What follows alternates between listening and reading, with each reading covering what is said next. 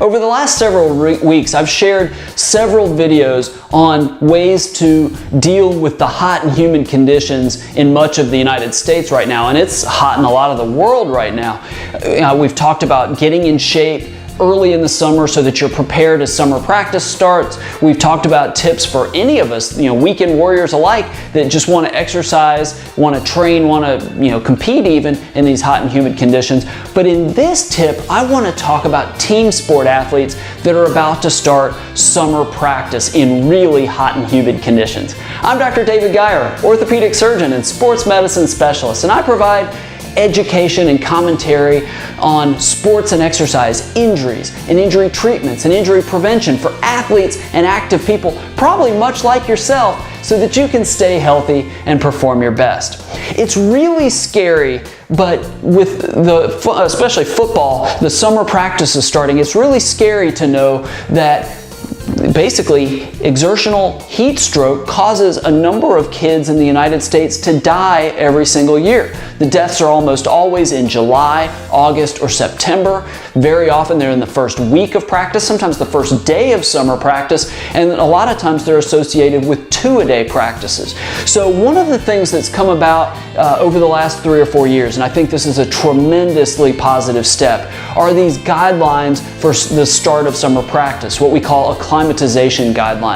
Most states, or at least a lot of states, have them. I know here in South Carolina they were implemented a few years ago, and I think they're really important. And I was talking to Douglas Casa. He runs the Corey Stringer Institute, dedicated to eliminating deaths in all sorts of sports and military activities, but it's most famously known for work to prevent exertional heat stroke.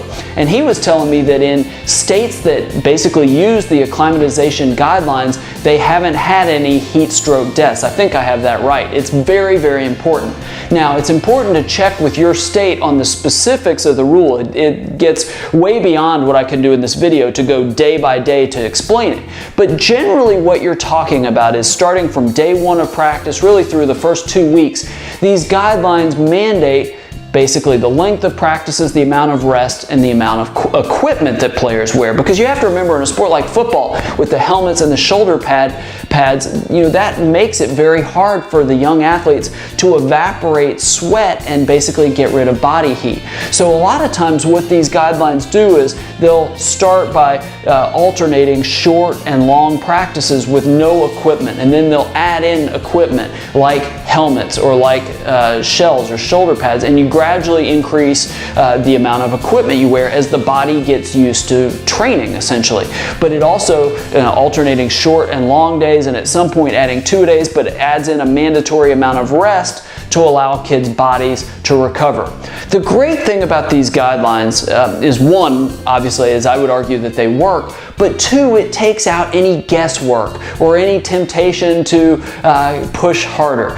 I think coaches generally mean well. I really do.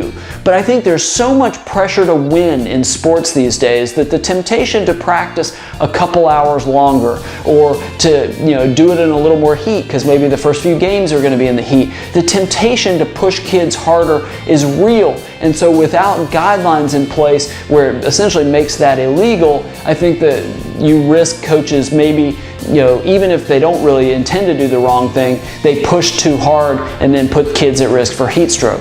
The other thing is, I think we know that kids a lot of times won't say that they're getting overheated. They don't want to appear weak. They don't want to let their teammates down. They don't want to let the coaches down. And so this takes that issue out. If there's mandatory rest, and mandatory ends of practices and the timings of practices and the equipment worn, that takes the kids out of the responsibility of saying that they're not feeling good. Not that they shouldn't tell an athletic trainer or a coach if they're starting to get nauseated or dehydrated or not feeling good, whatever it is, but it takes the, hey, we need to cut practice short, off of the responsibility of the kids and makes it mandatory. It puts it on paper, which I think is really important.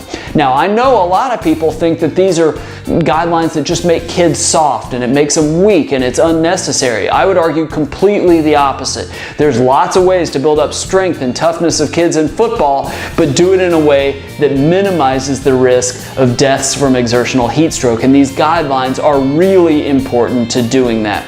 But I'd love to hear what you think. Do you think these guidelines are unnecessary and they make kids soft? Or what suggestions would you make about getting practices adjusted to get kids ready to the hot and humid conditions? Below this video, share your thoughts, share your experiences. I'd love to read them, but I'm sure readers all over the place would love to hear what you have to say as well. And if you know maybe parents whose kids are going to be practicing in these hot and humid conditions, or coaches that are going to be coaching kids in these conditions, please share this video with them. I know this video would help in so many ways, maybe open some eyes about things that can be done to keep kids safe in these conditions. If you like videos like this and you want more information on sports and exercise injuries, injury treatments, and injury prevention, I record a couple of these videos every single week. So subscribe to my YouTube channel and I will deliver those directly to you.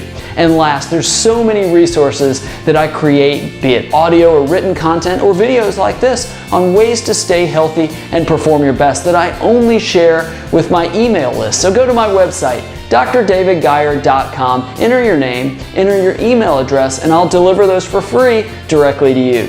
Thank you so much for watching. I hope this video was helpful. I think it's a very important topic as we get into the summer football practice, at least here in the United States. But this really applies to any sport, so I'd love to hear your thoughts. Please share this video. Please subscribe to my video channel. But I look forward most of all to seeing you right here next time.